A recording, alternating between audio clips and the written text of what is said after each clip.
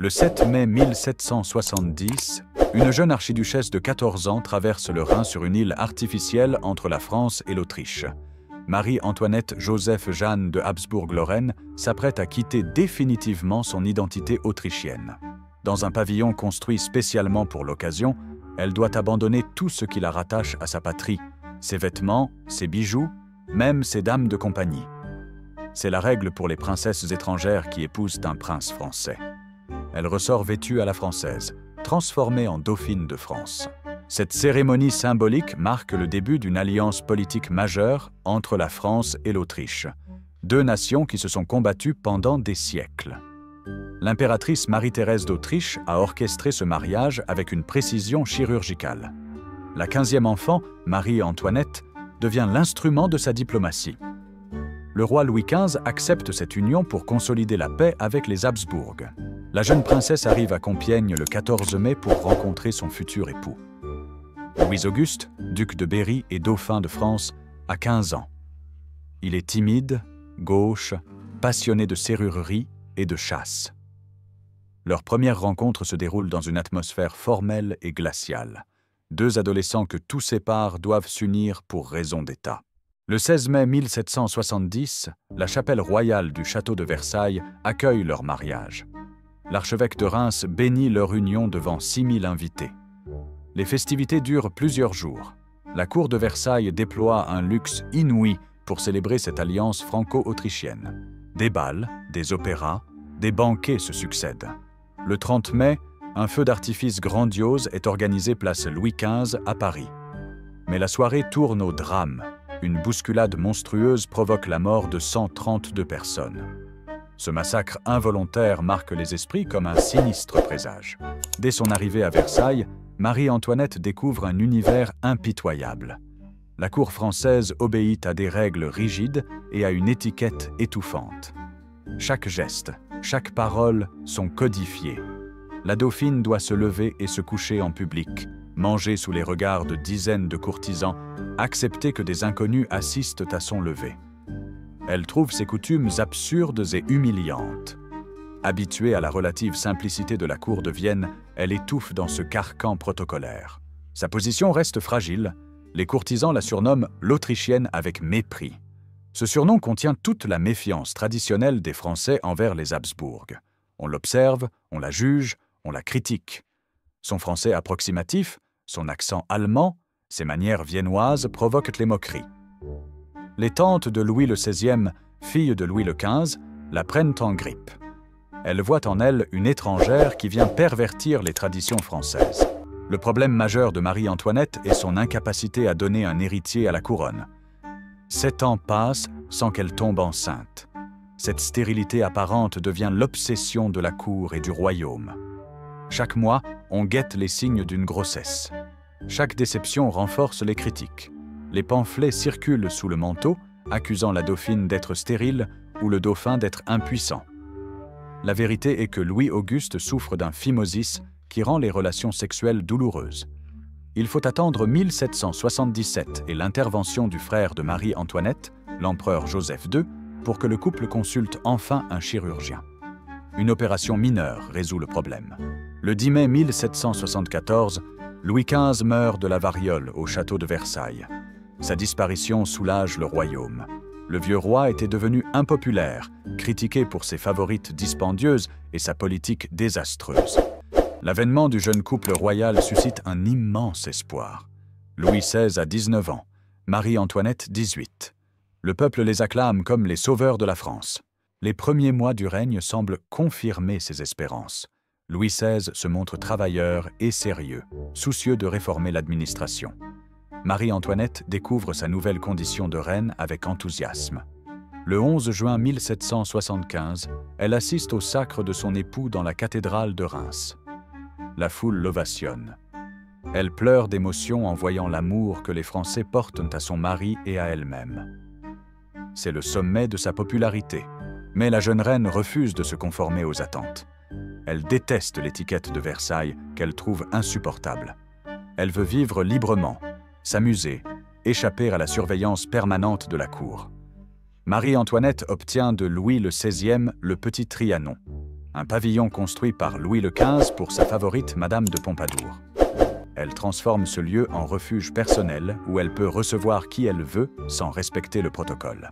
Le comportement de la reine choque rapidement. Elle délaisse les devoirs traditionnels d'une souveraine, les audiences publiques, les cérémonies officielles, les œuvres de charité. Elle préfère organiser des bals privés, jouer au théâtre avec ses amis, parier des sommes folles aux cartes. Marie-Antoinette développe une passion pour le jeu qui devient obsessionnelle. Elle passe des nuits entières à jouer au pharaon, perdant des milliers de livres. Ces pertes creusent le déficit de sa maison et alimentent sa réputation de dépensière. Sa garde-robe devient légendaire. Marie-Antoinette commande des centaines de robes chaque année, dépensant des fortunes chez sa couturière Rose Bertin. Elle lance des modes extravagantes, les coiffures monumentales ornées de plumes, de fleurs, de bateaux miniatures. Certaines atteignent 1 mètre de hauteur et nécessitent des armatures métalliques. Ces excès vestimentaires scandalisent une partie de l'opinion publique qui commence à la surnommer « Madame Déficit ». Au Petit Trianon, Marie-Antoinette se crée un monde à part. Elle fait aménager un jardin à l'anglaise avec des allées sinueuses, un belvédère, un temple de l'amour, un petit théâtre où elle monte des pièces de Beaumarchais devant un public trié sur le volet. À partir de 1784, elle fait construire le hameau de la Reine, un village factice composé de 12 chaumières autour d'un lac artificiel. Elle s'y promène habillée en bergère, dans des robes de mousseline blanche, coiffée d'une capeline de paille, jouant à la fermière avec ses enfants et ses favorites. Cette vie champêtre simulée coûte une fortune et paraît indécente aux yeux du peuple qui souffre de la faim. Mais Marie-Antoinette ne voit pas le problème. Elle vit dans une bulle, entourée d'une petite cour de favoris qui l'isole de la réalité du royaume. La duchesse de Polignac devient son amie intime, une relation qui suscite jalousies et rumeurs. La reine comble les Polignac de pensions, de charges lucratives, de cadeaux somptueux. Cette faveur excessive provoque le ressentiment des autres courtisans qui se sentent exclus.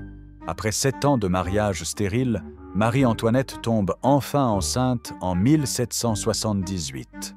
Le royaume tout entier attend la naissance avec anxiété. Le 19 décembre 1778, elle accouche d'une fille, Marie-Thérèse Charlotte.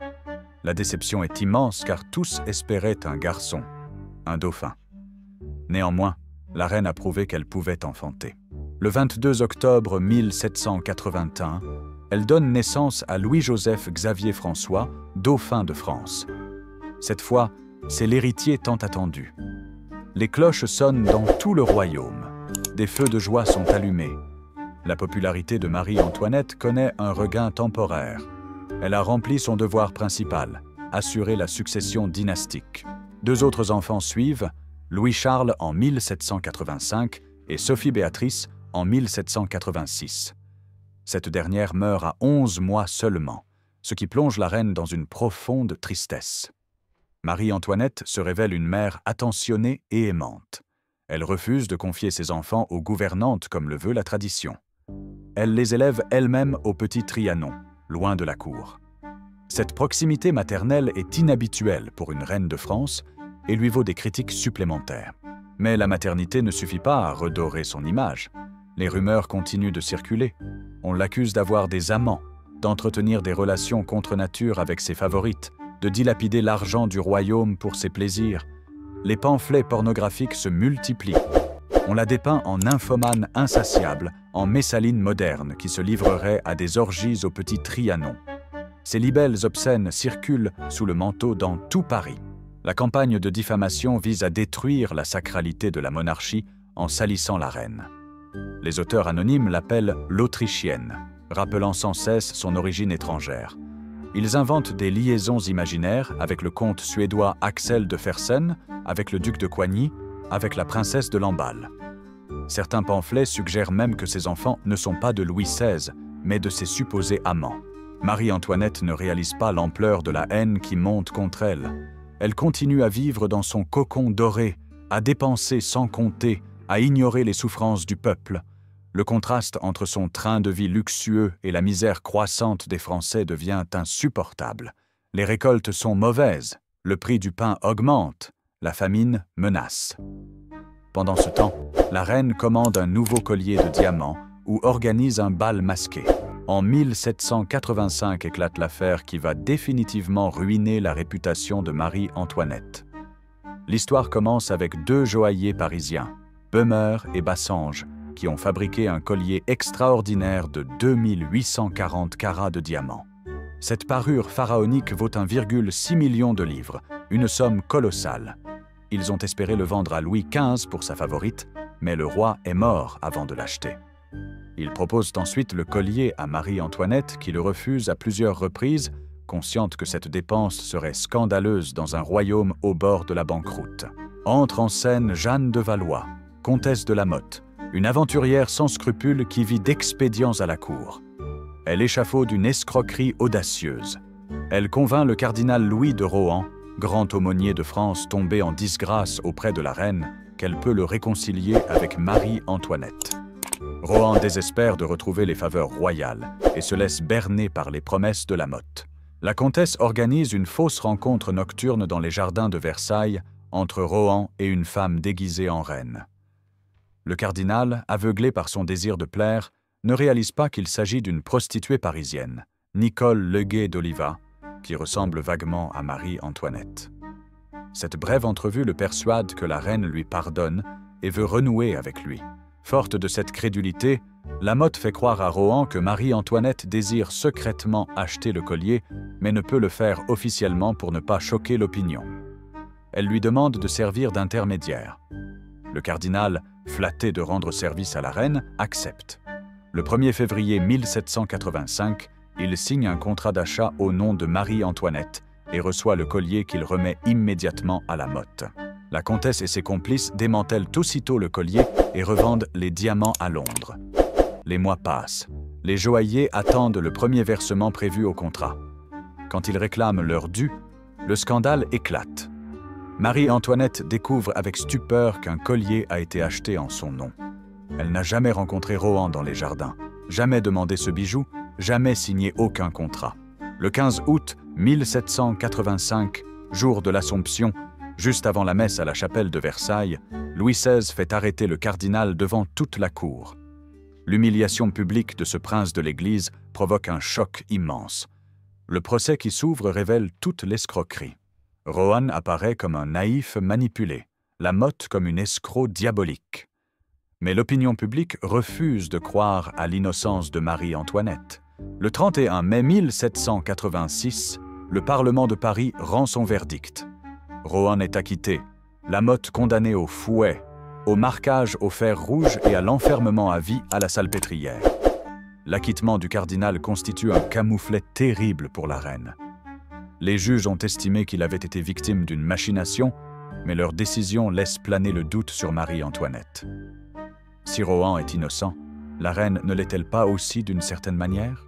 L'affaire du collier marque un tournant décisif dans la chute de Marie-Antoinette. Elle n'a rien fait de mal, mais tout le monde la croit coupable. On l'accuse d'avoir organisé cette escroquerie pour s'enrichir, d'avoir ruiné le cardinal par vengeance, d'avoir détourné l'argent des diamants. Les pamphlets redoublent de violence. La reine devient la voleuse, la courtisane, l'Autrichienne corrompue. Sa réputation est définitivement détruite.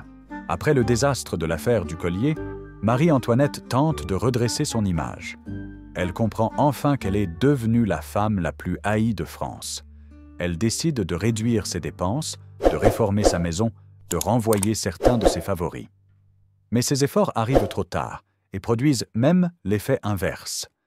Ceux qu'elle prive de leur charge se retournent contre elle et alimentent les rumeurs. Le royaume sombre dans une crise financière sans précédent. Les guerres coûteuses menées par Louis XV et Louis XVI, notamment le soutien aux insurgés américains, ont vidé les caisses de l'État.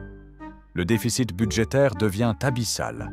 Les ministres se succèdent sans parvenir à redresser la situation. Turgot, Necker, Calonne, Brienne. Chacun propose des réformes que la noblesse et le clergé bloquent systématiquement. Marie-Antoinette intervient de plus en plus dans les affaires politiques. Elle pousse à la nomination ou au renvoi de ministres selon ses sympathies personnelles. Elle soutient les intérêts autrichiens dans la politique étrangère française, ce qui renforce l'accusation d'être une espionne au service de son pays natal. L'impératrice Marie-Thérèse et son fils Joseph II ne cessent de lui écrire pour qu'elle influence Louis XVI en faveur de l'Autriche. Cette ingérence étrangère scandalise le royaume. La popularité de la famille royale s'effondre. Les caricatures se multiplient. On représente Louis XVI en porc coiffé d'une couronne, Marie-Antoinette en harpie dévorant le peuple. Les chansons satiriques circulent dans les rues de Paris, accusant la reine de tous les maux. Le surnom « l'Autrichienne » se transforme en « l'Autruchienne », jeu de mots cruel qui l'assimile à un animal stupide qui cache sa tête dans le sable. Le 27 avril 1784, le mariage de Figaro de Beaumarchais triomphe à la Comédie-Française. Cette pièce révolutionnaire critique férocement l'aristocratie et ses privilèges. Le personnage du comte Almaviva, noble libertin et tyrannique, est perçu comme une allusion transparente aux excès de la noblesse et de la cour. Marie-Antoinette avait elle-même joué des extraits de cette pièce au Petit Trianon sans en comprendre la portée subversive. En 1787, la situation devient intenable. Le déficit atteint 112 millions de livres. Le contrôleur général des finances, Loménie de Brienne, convoque une assemblée des notables pour approuver de nouveaux impôts. Les notables refusent et exigent la convocation des États généraux qui ne se sont pas réunis depuis 1614. Louis XVI cède. Les États généraux sont convoqués pour le 5 mai 1789. Pendant que le royaume glisse vers la Révolution, Marie-Antoinette vit un nouveau drame personnel. Son fils aîné, le dauphin Louis-Joseph, est atteint de tuberculose osseuse. L'enfant de 7 ans dépérit lentement sous ses yeux. Elle passe des journées entières à son chevet. Le 4 juin 1789, le petit garçon meurt au château de Meudon. Louis-Charles, âgé de 4 ans, devient le nouveau dauphin. La reine est anéantie par ce décès, mais elle n'a pas le temps de pleurer. Le royaume explose. Les États généraux s'ouvrent le 5 mai 1789 dans une atmosphère électrique. Les députés du tiers-État, représentant le peuple, refusent de se soumettre à la noblesse et au clergé. Le 17 juin, ils se proclament Assemblée nationale. Le 20 juin, ils prêtent serment de ne pas se séparer avant d'avoir donné une constitution à la France. Louis XVI hésite, tergiverse, puis finalement accepte. La monarchie absolue vient de mourir. Paris s'enflamme. Les rumeurs circulent d'un complot aristocratique pour affamer le peuple et écraser la révolution par la force. Le 14 juillet 1789, une foule en colère prend d'assaut la Bastille, symbole de l'arbitraire royal. Les gardes sont massacrés. Le gouverneur de Launay lynché, sa tête promenée au bout d'une pique dans les rues. C'est le début de la Révolution française. Marie-Antoinette réalise enfin le danger. Elle supplie Louis XVI de fuir Versailles, de se réfugier dans une place forte, de reprendre le contrôle par la force. Mais le roi refuse. Il croit pouvoir calmer la situation par la modération et les concessions. Le 4 août, l'Assemblée nationale abolit les privilèges féodaux. Le 26 août, elle vote la Déclaration des droits de l'homme et du citoyen. L'ancien régime s'écroule. Le 5 octobre 1789, une immense manifestation de femmes marche de Paris vers Versailles pour réclamer du pain. Des milliers de Parisiennes, accompagnées par la garde nationale et son commandant, Lafayette, envahissent le château. Elles exigent que le roi et sa famille viennent habiter à Paris. Pendant la nuit, des émeutiers pénètrent dans le château et tentent de forcer les appartements de la reine. Ces gardes du corps sont massacrés. Marie-Antoinette s'enfuit en chemise de nuit par un passage secret et se réfugie dans les appartements du roi. Le lendemain, Louis XVI cède. La famille royale monte dans une voiture pour rejoindre Paris sous l'escorte de la foule hurlante. Marie-Antoinette est terrifiée. Elle voit les têtes coupées de ses gardes du corps brandies au bout de piques. La foule chante et danse autour du cortège royal. Certains crient « Nous ramenons le boulanger, la boulangère et le petit mitron ». C'est une référence sarcastique au roi, à la reine et au dauphin, censés apporter du pain à Paris. La famille royale est installée aux Tuileries, un palais délabré au cœur de Paris. Ils y sont prisonniers, surveillés jour et nuit par la garde nationale. Marie-Antoinette perd toute liberté. Elle ne peut plus se promener au Petit Trianon, ne peut plus recevoir ses amis, ne peut plus organiser ses fêtes. Elle vit dans l'angoisse permanente d'un nouvel assaut de la populace. Pendant 2 ans, Louis XVI fait semblant d'accepter la Révolution. Il approuve les décrets de l'Assemblée, il prête serment à la Constitution. Mais en privé, lui et Marie-Antoinette cherchent désespérément un moyen de s'échapper. La reine correspond secrètement avec Axel de Fersen et avec l'empereur d'Autriche pour organiser leur fuite et une intervention militaire étrangère. Le plan est finalement mis à exécution dans la nuit du 20 au 21 juin 1791. La famille royale s'échappe des Tuileries déguisée en domestique.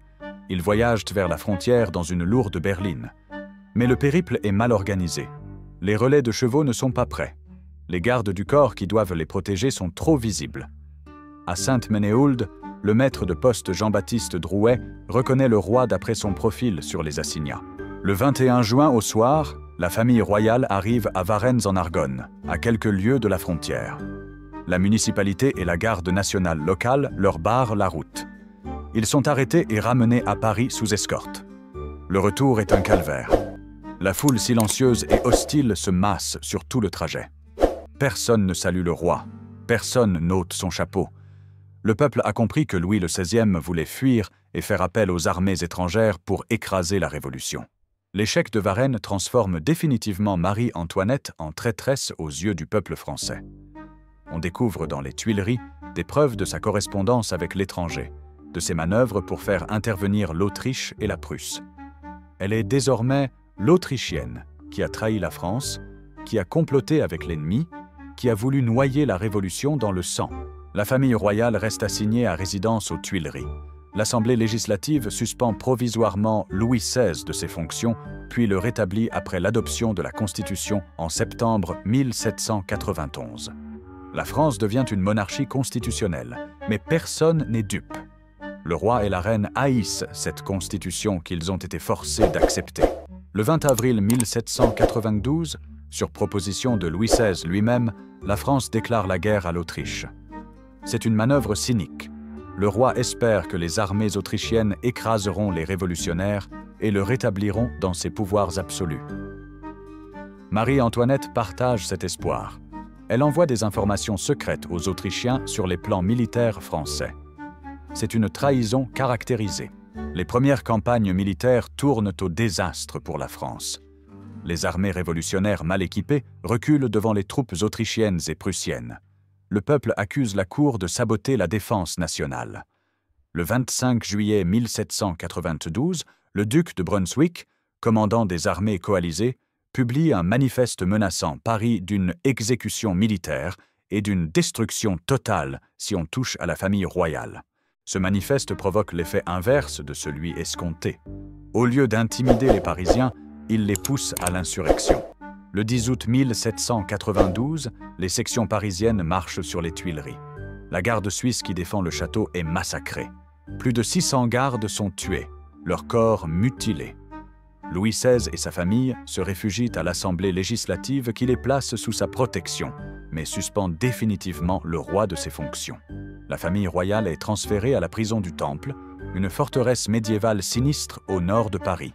Ils y vivent enfermés dans quelques pièces, sous surveillance constante. Marie-Antoinette occupe une chambre au 2e étage de la tour avec sa fille Marie-Thérèse.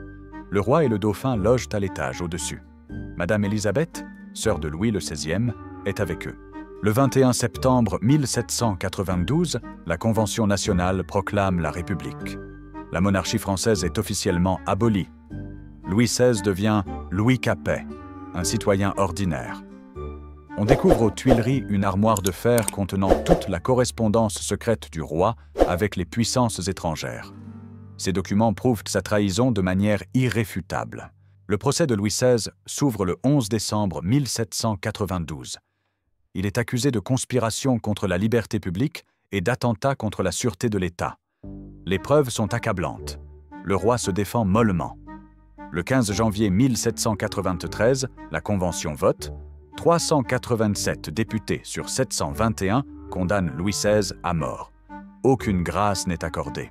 Le 21 janvier 1793 à 10h22, Louis XVI est guillotiné, place de la Révolution, l'actuelle place de la Concorde.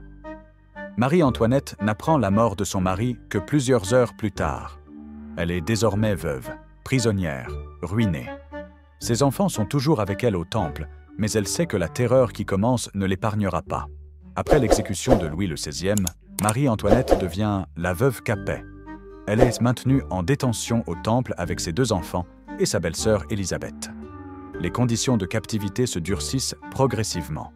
Les gardiens se montrent de plus en plus brutaux et irrespectueux. La famille royale n'a plus droit qu'à une nourriture frugale, à quelques bougies, à de rares moments de promenade dans la cour. Le 3 juillet 1793, on lui arrache son fils. Les conventionnels décident de séparer Louis-Charles de sa mère pour l'éduquer dans les principes républicains. L'enfant de 8 ans est confié à un cordonnier nommé Simon, qui doit en faire un bon citoyen. Marie-Antoinette se débat, hurle, supplie. On la repousse violemment. C'est la dernière fois qu'elle voit son fils vivant. Dans la nuit du 1er au 2 août 1793, Marie-Antoinette est transférée à la conciergerie, la prison du palais de justice. On l'installe dans une cellule minuscule et humide. Elle y reste 2 mois et demi dans des conditions épouvantables. La cellule est séparée du couloir par un simple paravent. Les gardiens l'observent jour et nuit. Elle ne peut même plus se laver en privé. Sa santé se détériore rapidement. Elle souffre d'hémorragie permanente, probablement causée par un cancer de l'utérus. Ses cheveux blanchissent en quelques semaines. Elle a 37 ans, mais en paraît 60. Son corps est décharné, son visage creusé, ses yeux sans vie. La femme qui fut la plus élégante d'Europe n'est plus qu'une ombre mourante. Le 14 octobre 1793, elle est extraite de sa cellule pour comparaître devant le tribunal révolutionnaire. L'acte d'accusation est rédigé par Fouquier-Tinville, l'accusateur public. Marie-Antoinette est accusée de dilapidation des finances publiques, d'intelligence avec l'ennemi, de conspiration contre la sûreté intérieure et extérieure de l'État. Mais Hébert, le rédacteur du journal ultra-révolutionnaire Le Père Duchesne, ajoute une accusation monstrueuse, inceste avec son fils Louis-Charles. Cette dernière accusation repose sur des déclarations extorquées au petit garçon par ses geôliers. On a forcé l'enfant terrifié à signer un document affirmant que sa mère et sa tante l'auraient entraîné à des pratiques sexuelles. L'objectif est de détruire définitivement l'image de Marie-Antoinette en faisant d'elle un monstre immoral. Quand l'accusation est lue à l'audience, Marie-Antoinette reste d'abord silencieuse, trop choquée pour répondre. Puis elle se lève et prononce sa seule vraie défense du procès. « Si je n'ai pas répondu, c'est que la nature se refuse à répondre à une pareille inculpation faite à une mère. J'en appelle à toutes celles qui peuvent se trouver ici. » Cette réponse provoque un malaise dans l'assistance. Même les femmes les plus révolutionnaires sont révoltées par cette calomnie ignoble. Le procès dure 2 jours. Marie-Antoinette répond aux questions avec dignité et fermeté. Elle nie toutes les accusations, mais personne ne l'écoute vraiment. Le verdict est décidé d'avance. Le 16 octobre à 4 heures du matin, après 16 heures de délibération, le jury la déclare coupable de tous les chefs d'accusation. Fouquier-Tinville requiert la peine de mort. Le tribunal la condamne à être guillotinée le jour même. Marie-Antoinette retourne dans sa cellule pour quelques heures. Elle écrit une dernière lettre à sa belle-sœur Élisabeth, un texte bouleversant où elle fait ses adieux à ses enfants et pardonne à ses ennemis. Cette lettre ne sera jamais remise à sa destinataire. Elle reste dans les archives du tribunal révolutionnaire jusqu'à sa découverte en 1816. À 11 heures du matin, le bourreau Henri Sanson vient la chercher. Contrairement à Louis XVI qui avait eu droit à un carrosse fermé, Marie-Antoinette doit monter sur une charrette découverte, comme les condamnés de droit commun. On lui a coupé les cheveux. Ses mains sont liées dans le dos. Elle porte une simple robe blanche et un bonnet de linge. Le trajet de la conciergerie à la place de la Révolution dure plus d'1 heure. Des milliers de Parisiens se massent sur le parcours. Certains l'insultent, d'autres restent silencieux. Le peintre Jacques-Louis David la dessine depuis une fenêtre. Son croquis la montre rigide sur la charrette, le regard fixe, le visage fermé. Elle ne pleure pas, ne supplie pas, ne montre aucune émotion. À 12h15, la charrette arrive place de la Révolution. Marie-Antoinette descend et monte les marches de l'échafaud sans aide. Elle marche sur le pied du bourreau et s'excuse machinalement. « Monsieur, je vous demande pardon. Je ne l'ai pas fait exprès. » Ce sont ses dernières paroles. Elle s'agenouille, pose sa tête sur la planche. La lame tombe. Marie-Antoinette d'Autriche, reine de France, est morte. La mort de Marie-Antoinette ne suffit pas à apaiser la haine qu'elle a suscitée. Son corps est jeté dans une fosse commune du cimetière de la Madeleine avec de la chaux vive. Aucune cérémonie, aucune prière. La Révolution veut effacer jusqu'à son souvenir. Pourtant, cette femme continue de fasciner et de diviser. Les pamphlets qui ont détruit sa réputation continuent de circuler pendant des années. Ils la représentent en monstre de débauche, en espionne autrichienne, en reine machiavélique qui a voulu noyer la France dans le sang. Ces textes menteurs deviennent la vérité officielle pour des générations de Français. Marie-Antoinette reste l'Autrichienne haïe, symbole de tous les excès de l'Ancien Régime. Ses enfants survivants connaissent des destins tragiques. Louis-Charles, le petit dauphin arraché à sa mère, meurt au Temple le 8 juin 1795 à l'âge de 10 ans. Les conditions abominables de sa détention l'ont tué. On l'a enfermé dans une pièce sombre et humide, sans soin, dans ses propres excréments. Quand on l'a finalement sorti de là, il était mourant, couvert de plaies, incapable de marcher. Marie-Thérèse Charlotte, la fille de Marie-Antoinette, survit seule. Elle est échangée en décembre 1795 contre des prisonniers français détenus par l'Autriche. Elle a passé 3 ans au Temple, assisté à l'exécution de ses parents, perdu son frère et sa tante. Elle a 17 ans et porte en elle les traumatismes de la terreur. Elle épouse son cousin le duc d'Angoulême et devient brièvement reine de France pendant 20 minutes en 1830, entre l'abdication de son beau-père Charles X et celle de son mari. Madame Élisabeth, la sœur de Louis XVI qui partageait la captivité de Marie-Antoinette, est guillotinée le 10 mai 1794. Elle monte à l'échafaud avec courage, refusant de renier sa foi et sa fidélité à la monarchie. Elle avait 30 ans. Axel de Fersen, le prétendu amant de Marie-Antoinette, est lynché par une foule à Stockholm en 1810. Les Suédois le rendent responsable de la mort du prince héritier et le massacrent dans la rue. Il avait 54 ans et n'avait jamais cessé de porter le deuil de la reine. En 1815, après la chute de Napoléon et la restauration des Bourbons, Louis XVIII ordonne des recherches pour retrouver les corps de son frère Louis XVI et de Marie-Antoinette. On localise leurs restes dans le cimetière de la Madeleine grâce aux témoignages des fossoyeurs. Les ossements sont exhumés et identifiés. Le 21 janvier 1815, 22 ans jour pour jour après l'exécution de Louis XVI, ils sont transférés dans la basilique Saint-Denis, nécropole des rois de France. La réhabilitation de Marie-Antoinette commence lentement. Les royalistes en font une martyre, une sainte victime de la barbarie révolutionnaire. Ils oublient ses fautes, ses dépenses excessives, son mépris du peuple. Ils ne retiennent que sa dignité face à la mort, son courage pendant les journées d'octobre 1789, son amour maternel. Cette image idéalisée remplace progressivement celle de l'Autrichienne haïe. Mais la vérité est plus complexe.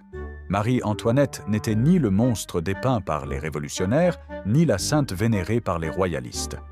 C'était une femme ordinaire placée dans une position extraordinaire. Elle est arrivée en France à 14 ans, arrachée à sa famille, mariée à un étranger, jetée dans la cour la plus sophistiquée et la plus cruelle d'Europe. Son erreur fondamentale fut de ne jamais comprendre la France et les Français. Elle resta toujours l'archiduchesse autrichienne, attachée à sa famille viennoise, correspondant avec sa mère et ses frères, défendant les intérêts des Habsbourg. Elle ne s'intégra jamais vraiment. Le surnom l'Autrichienne n'était pas qu'une insulte, c'était une réalité. Elle demeura étrangère à la nation qu'elle était censée servir. Sa légèreté et son inconscience aggravèrent tout. Pendant que le peuple mourait de faim, elle jouait à la fermière dans son hameau. Pendant que le royaume sombrait dans la banqueroute, elle commandait des robes à 10 000 livres. Pendant que les philosophes des Lumières critiquaient l'absolutisme, elle renforçait l'étiquette et le protocole. Elle vivait dans une bulle, sourde aux grondements qui montaient du pays. L'affaire du collier la détruisit sans qu'elle ait commis aucune faute. Cette injustice terrible révèle l'ampleur de la haine qu'elle avait suscitée. Les Français voulaient la croire coupable parce qu'elle incarnait tout ce qu'ils détestaient. Le luxe, le gaspillage, l'arrogance aristocratique, la domination étrangère. Elle était devenue le bouc émissaire idéal pour tous les maux du royaume. La Révolution française ne s'est pas faite contre Marie-Antoinette spécifiquement, mais elle en fut l'une des cibles privilégiées. Les révolutionnaires avaient besoin d'un symbole de l'ancien régime à abattre. Elle le fut. Les pamphlets pornographiques qui circulaient sur elle visaient à détruire la sacralité de la monarchie en salissant la reine. Si la femme du roi était une putain, alors le roi lui-même perdait sa légitimité divine. Le traitement réservé à Marie-Antoinette pendant son procès et son exécution montre jusqu'où peut aller la vengeance populaire. L'accusation d'inceste était une infamie gratuite destinée uniquement à l'humilier. La charrette découverte, les mains liées dans le dos, le crâne rasé, tout était calculé pour la rabaisser, pour montrer que la reine n'était plus rien, qu'elle n'était qu'une criminelle ordinaire. Pourtant, Marie-Antoinette conserva sa dignité jusqu'au bout. Son silence pendant le trajet vers l'échafaud, son maintien rigide sur la charrette, ses excuses machinales au bourreau révèlent une femme qui refuse de donner à ses ennemis le spectacle de sa déchéance. Elle mourut en reine, même si on l'avait traitée comme une prostituée. Sa transformation de reine adorée en autrichienne haïe s'explique par un concours de circonstances malheureuses et par ses propres erreurs. Elle arriva en France au moment où la monarchie française commençait à vaciller. Les déficits budgétaires, les défaites militaires, la montée des idées des Lumières sapaient les fondements de l'absolutisme.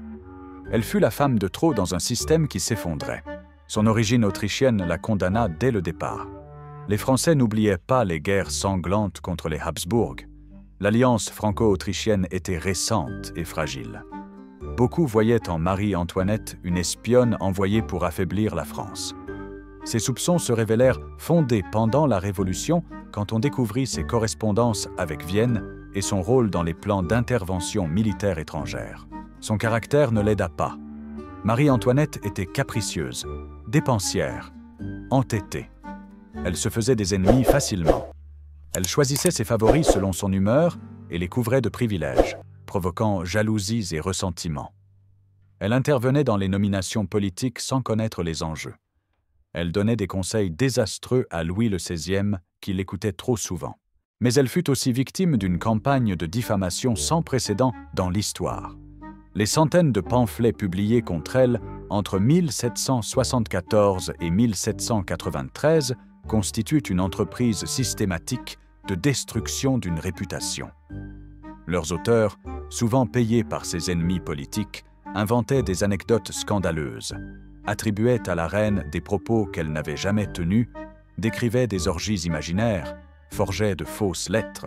Ces libelles créèrent une Marie-Antoinette fictive qui n'avait rien à voir avec la réalité, mais qui devint la vérité pour le peuple. On l'accusait d'avoir dit qu'il mange de la brioche, quand on lui apprenait que le peuple manquait de pain. Cette phrase, elle ne l'a jamais prononcée. Elle apparaît dans les Confessions de Rousseau, écrites quand Marie-Antoinette avait 10 ans et attribuée à une princesse anonyme. Mais la légende persista et persiste encore aujourd'hui. Le destin de Marie-Antoinette illustre les dangers de la haine populaire manipulée par la propagande. Elle devint le réceptacle de toutes les frustrations du peuple français.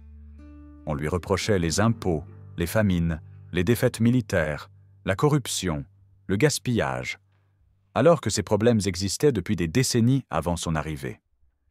Elle était une cible facile, une femme, une étrangère, une reine sans pouvoir réel mais visible et accessible à la critique. La Révolution française avait besoin de victimes expiatoires. Louis XVI fut décapité pour trahison, ce qui était juridiquement défendable au vu de ses correspondances avec l'ennemi.